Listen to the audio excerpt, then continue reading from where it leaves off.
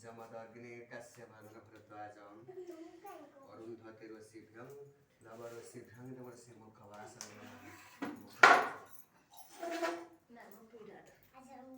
मुखवासं शीघ्रमुत्थानमितं प्रति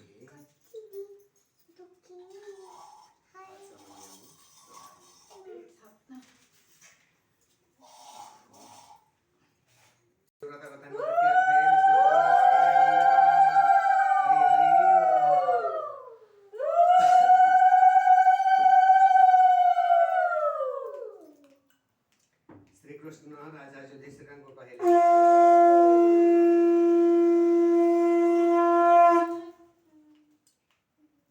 राजा युधिष्ठिर केउ व्रत कले स्त्री पापरु मुक्त हुए मु सही श्रेष्ठ व्रत के कथा कहूअछि ताहा तुमे मन देई सुन। भाद्रव मासर शुक्ल पंचमी को ऋषि पंचमी बोली कहा जाए। से दिन जत्न सहकारे व्रत कले धर्म प्राप्ति और संतान वृद्धि हुए। ताहार कारण मध्य तुमको कहूअछि ताहा तुमे सुन। यह मोर अत्यंत गोपनीय एवं सर्वस्व अटे। युधिष्ठिर कहले श्रीकृष्ण यही पंचमीर महात्म्य कौन यार नाम कहीं ऋषि पंचमी हला। स्त्री यही व्रत मान कले केउ पापर मुक्त हुए। यही शरीर तो नानाविध पाप मान पूर्ण रही। तेरे ऋषि पंचमी व्रत कले स्त्री कौन समस्त पापर मुक्त लाभ करे। श्रीकृष्ण कहले स्त्री घर कार्य करू करू रजस्वला हो ज्ञान बा अज्ञान वशतः हांडी प्रभृति छोइबारु ताहार यही पाप होई थाए। तेणु से बारंबार दुख ही भोग करे।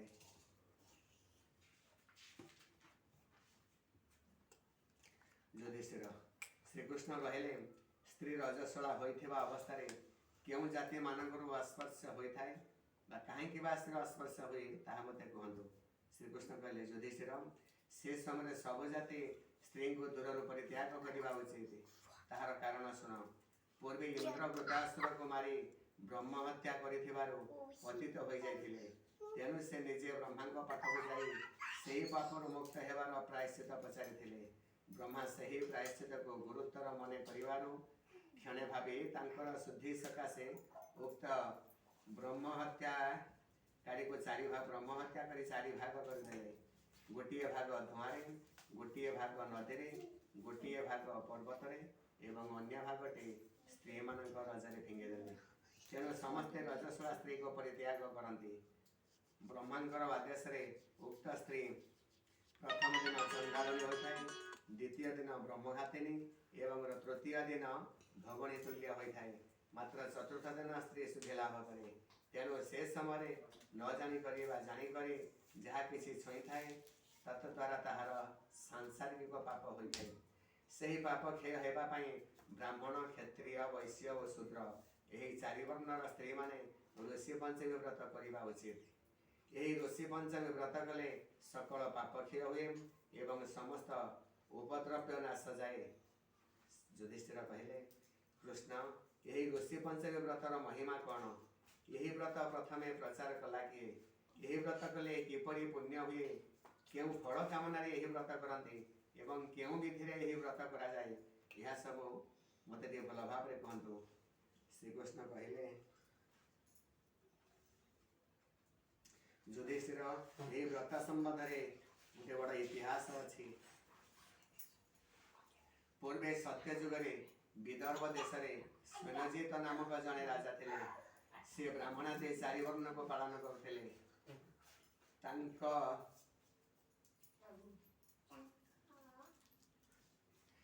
देश वेद वेदांग जानी लोक प्रकार सुमित्र नामक जड़े ब्राह्मण थे। से कृषि कार्य निजर परिवार पोषण करती। भार्या नाम जयश्री।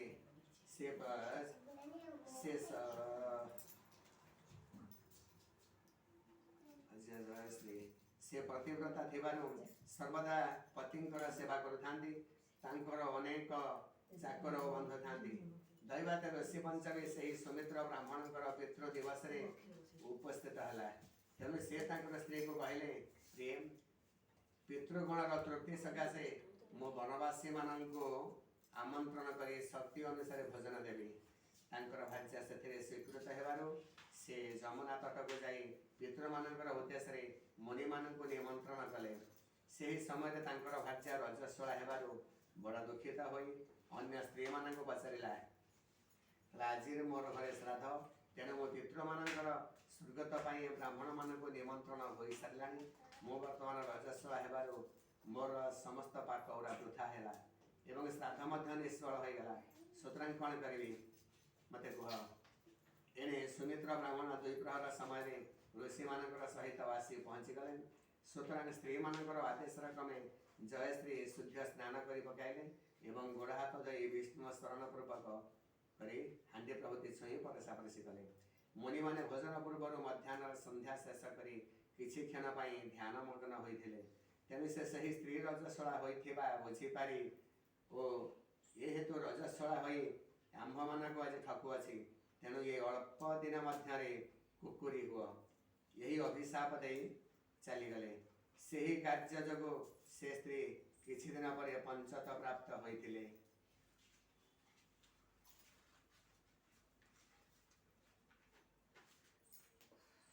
एवं तांकर पति मध्य मृत्यु मुखे पतित होई दुहे जाक निज निजर कर्मफल भोगिबाक बाध्य होइथिले। भार्या जयश्री मुनि मानकर शाप जोग कुकुरी होइथिले एवं सुमित्र ब्राह्मण मध्य तांकर संसर्ग दोषरु बलद होइथिले। सुमित्र सुमति बोली पुओ थिला। सुमित्रांकर सोमति बोली पुओ थिला। से धर्मज्ञ थिले पुणी अनेक धर्म कार्य करी देवता और अतिथि मान को पूजा करुथिले। तांकर पिता माता पशुजनी जन्म ग्रहण कर शुद्ध पूर्व जन्मर पुण्य बल जाति स्मर हो पुओ घरे रही। मात्र से माने पूर्व पाप स्मरण कर उच्चिष्ट भोजन करुले। सुमित्र ब्राह्मण से समय गोटे बड़द हो निज पुत्र लंगल बही चाष कार्य करुले। पुत्र बड़ पितृभक्त थे। तेणु से श्राद्ध दिन श्रद्धार सह चंद्रावती नामने निजर भार्या को कही सोमुखे आज मोर पितृ दिवस तेणु मो ब्राह्मण भोजन कराइबी तुम्हें रंधारंधि कार्य कर। भार्या से राजी हेले। संगे संगे ब्राह्मण मान को निमंत्रण कर स्त्री निज पति आदेश रंधारंधि करते। मात्र से दिन खीरी हांडी गोटे साप गरल छाड़ी देता। कुकुरटी ताहा देखी भाविले जे कि खीरी को ब्राह्मण माने खाइले तो मरीजी। ये समय से दौड़ी जाई से हांडीटी को छुई पकाइला। ब्राह्मणी ताहा देखी दरपड़ा निआ खुंटारे बाडे इटा पथर फोपाड़ू सी मलागला परी होई पड़ी रही। पुओ मध्याह्न समय यथाविधि श्राद्ध करते। ब्राह्मण माने खाइला परे से दिन आउ अईठा पत्र पकाई नथिले। तेणु कुकुरटी से ही दिन जाक द्वार मुहरे उपवास रही। तत्पर रात्रि हेबार से क्षुधातुर हो पूर्वजन्मर पति बलद निकट को जाई कहला नाथ पुओ आज खाइबा को मते देला नहीं एणु मते बड़ क्षुधा हेउछि। विद्वान ब्राह्मण मान भोजन कराइला परे पुओ यशस्वी सुमित्र यथाविधि स्नान करी किंतु आज परा दिन में मत बोले खाइबा देला नहीं। मोर आज अपराध शुणु। क्षीरी हाँडी साप गरल छाड़ी देता मुझे देखी भाविली यह खाइले ब्राह्मण मैंने मरीजे तेणु से क्षीरी हाँडी को जा छुईदेली। सुतरां बोह मो पर रागी जाई वृथाटे बहुत माड़ देला। मो देह जाक बथा अच्छी पुणी अंटाटी भांगीगला पर लगुच मु कौन करी।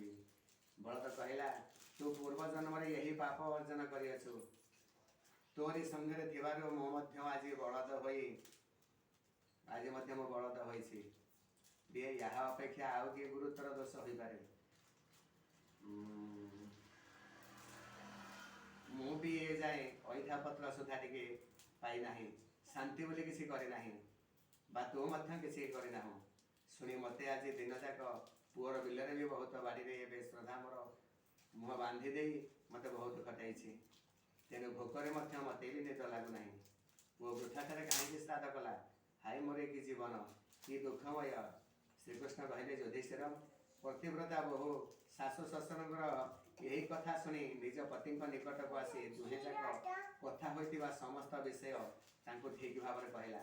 सुतरां से नित्यांत विस्मित होई पिता निकट को आसी मधुर भाव में कृतांजलि गुटारे कहले।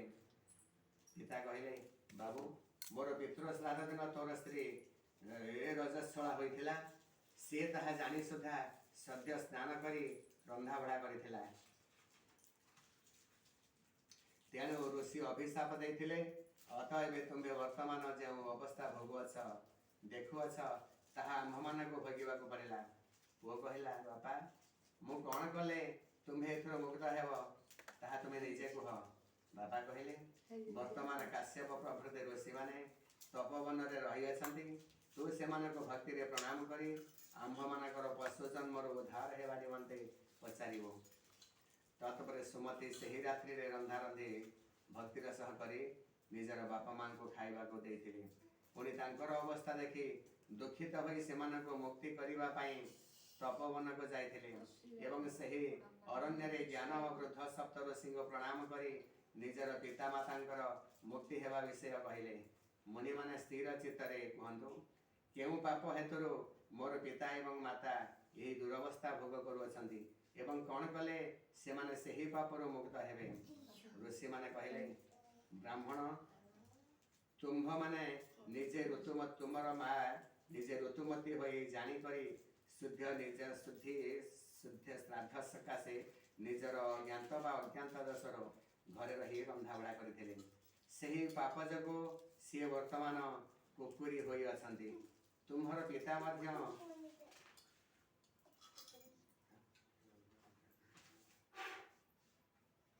तांकरी संसर्ग दोषरु बलद होई अछंती एमाने यही पापरु मुक्त हेबा पाई तुम्हे तुमर भार्याଙ୍କ सह ऋषि माननको पूजा करी ऋषि पंचमी व्रत कर। सुमति कहले मुनि माने केउ विधि रे ऋषि पंचमी व्रत करबा को हेबो एवं सेथिरे केउ ऋषिंकर पूजा करा जीवो मते ताहा सब ठीक भाव रे कहंतु। ऋषि माने कहले व्रत दिन अळा लगाई स्नान करिवो ततपरे सर्प पाप क्षयं संतान वृद्धि सकाशे संकल्प करिवो मध्याह्न समय निज गृहे सर्वत्र भक्त मंडल लेखि तहिरे सुगंध काष्ठ निर्मित गोटी पीढ़ा पकाइब ततपरे सर कपड़ा दे ताहा उपरे 7 गोटी कुश अभिष्टर बसाइब सेथिरे गौतम भरद्वाज विश्वामित्र जमदग्नि वशिष्ठ काश्यप अत्रि यही 7 ऋषि को आवाहन करी प्रथमे पंचामृत स्नान करिब ततपरे षोडशोपचारे बा पंचोपचारे यथा विधि पूजा करी पुष्पांजलि सही ऋषि मान को प्रार्थना करी कहब मुनि माने मु आपण मान को पुष्पांजलि देउछि आपण माने ग्रहण करंतु मोर समस्त पाप क्षय करी संतान वृद्धि करंतु ततपरे अरिखा देव मुनि माने मु आपण मान को भक्ति रे सह अरिखा देउछि आपण माने यह ग्रहण करंतु एवं मते प्रत्येक जन्म में सुलक्षणी पुत्रवती और पतिव्रता करंतु यही विधि रे पूजा कला परे आचार्य को दक्षिणा देव पदार्थ व्यय करबा पई कुंठित न होई ब्राह्मण भोजन कराइबो निजे मौन व्रत अवलंबन करी भक्ति रे मुनि मान को ध्यान करिवो पूजा होइथिबा साग स्वा चावल मुग बालुंगा धानर छतुआ प्रभृति खाइबो ब्राह्मण तुम्हें यही परि भक्ति रे व्रत कले तुम्हार पितामाता पूर्वज पापर मुक्त हेबे। ब्राह्मण ऋषि पंचमी व्रत फल ऋतु संपर्क जात होइथिबा समस्त पाप नष्ट हुए एथिरे कौनसी संदेह नहीं। सुमति यह शुणी निज घर को आसिले एवं मुनि माने कहवा अनुसार निज भार्या सह अत्यंत श्रद्धा ऋषि पंचमी व्रत कले। पुणी व्रतर फल पितामाता अर्पण कले। ସେହି ବ୍ରତ ଫଳରେ ସେମାନେ ପଶୁ ଜନ୍ମରୁ ମୁକ୍ତ ହୋଇ ସୂର୍ଯ୍ୟଙ୍କ ପରି ତେଜିଆନ ହୋଇ ରଥରେ ବସି ସ୍ୱର୍ଗକୁ ଗଲେ। ଯୁଧିଷ୍ଠିର ଭାଦ୍ରବ ମାସର ଶୁକ୍ଳ ପଞ୍ଚମୀର ଦିନ ଭକ୍ତିରେ ଋଷିମାନଙ୍କୁ ପୂଜା କରିବ। ମୁଁ ବର୍ତ୍ତମାନ ତୁମକୁ ଏହି ବ୍ରତ ରାଜଋଷି ପଞ୍ଚମୀର ବ୍ରତ କଥା କହିଲି। ଏହି ବ୍ରତ କରିବ ନ ପାରିଲେ ସୁଦ୍ଧା ଏହି ବ୍ରତ କଥାଟି ଶୁଣିବ। ଏହି ବ୍ରତ କଥାଟି ଯେଉଁମାନେ ପଢ଼ନ୍ତି ବା ଶୁଣନ୍ତି ସେମାନଙ୍କର ମଧ୍ୟ ସଦ୍ଗତି ହୁଏ। ଯେଉଁ ଲୋକ ଭୋଗ ଏବଂ ମୋକ୍ଷପ୍ରଦ ଏହି ଋଷି ପଞ୍ଚମୀ ବ୍ରତ କଥା ପ୍ରତିଦିନ ପାଠ କରେ ସେ ନିଷ୍ପାପ ହୋଇ ସ୍ୱର୍ଗକୁ ଯାଏ। ଇତି ସେ ଭବିଷ୍ୟ ପୁରାଣକ୍ତ ଋଷି ପଞ୍ଚମୀ ବ୍ରତ କଥା ସମାପ୍ତ। ପୁଷ୍ପାଞ୍ଜଳି।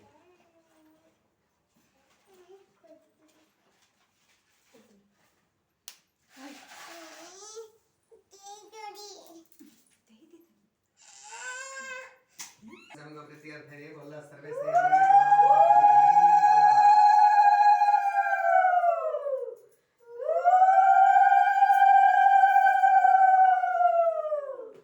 मणि पंगवा सर्व पापं खेय प्रत्यांग बधेत चंद्र संततिम अर्घ्य मंत्रम ओम अर्घ्य भक्तांग पजसामि गृहन्त्यो मणि पंगवा पति पुत्रंग वते स्वाधीन कुर्वतंग प्रति जन्मनिम ओम भूर्वस सप्तऋषिभ्यं तव शरणारविन्दजुले अभय पादपद्म सन्निधिं से प्रथम पुष्पाञ्जलि समर्पयामि।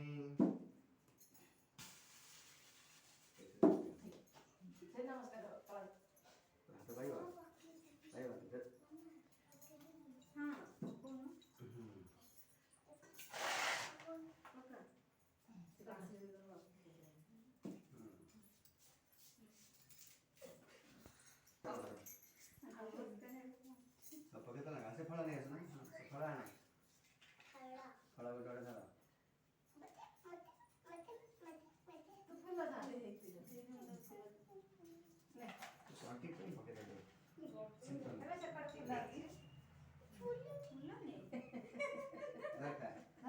पुष्पांजलि गृहन्त्यंग मणि पुंगवा सर्व पापं खेय कृत्यं देवधेयो चंद्र संतति अर्घ्य भक्तांग पजसामि गृहन्त्यंग मणि पुंगवा पति पुत्रंग वते स्वाधीन कुर्वन्तं प्रति जन्मनिं भूर्वस्य सप्तऋषिभ्यं तव शरणारविन्दजुले अभय पादपद्म सन्निधिं द्वितीय पुष्पाञ्जलि समर्पयामि।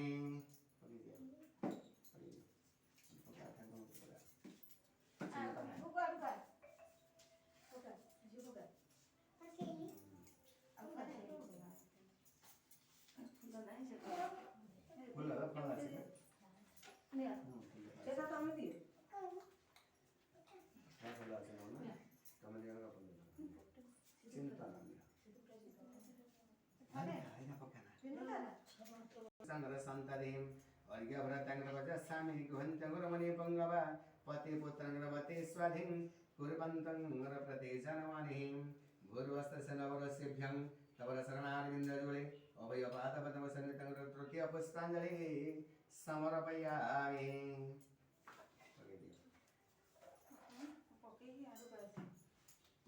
नवरसिभ्यं तुमମାନଙ୍କ श्रद्धार सह पुष्पाञ्जलि दौछि तुम्हें श्रद्धार सह धीरे आ अडुआ बड़ ऊपर ये बोल चला के कोई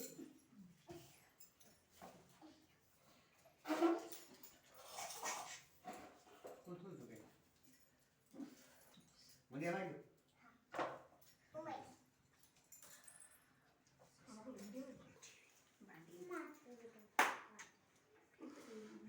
धूपस्थापनमहं धूपस्थापित स्नेह नवरसिभ्यं शरणारविन्दजुले माल्यार्पणम्।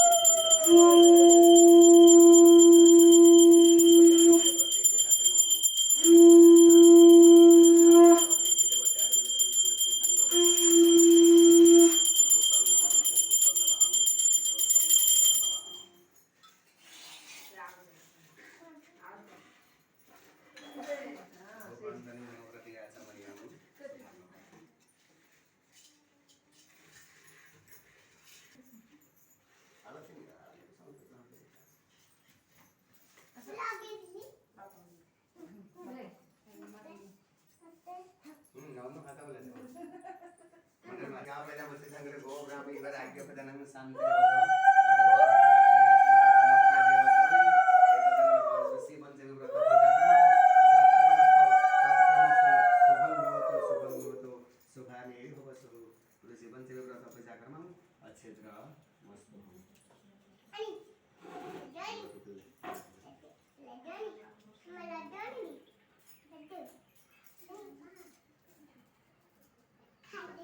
चिन्ह मुंडी हमारा नमा पर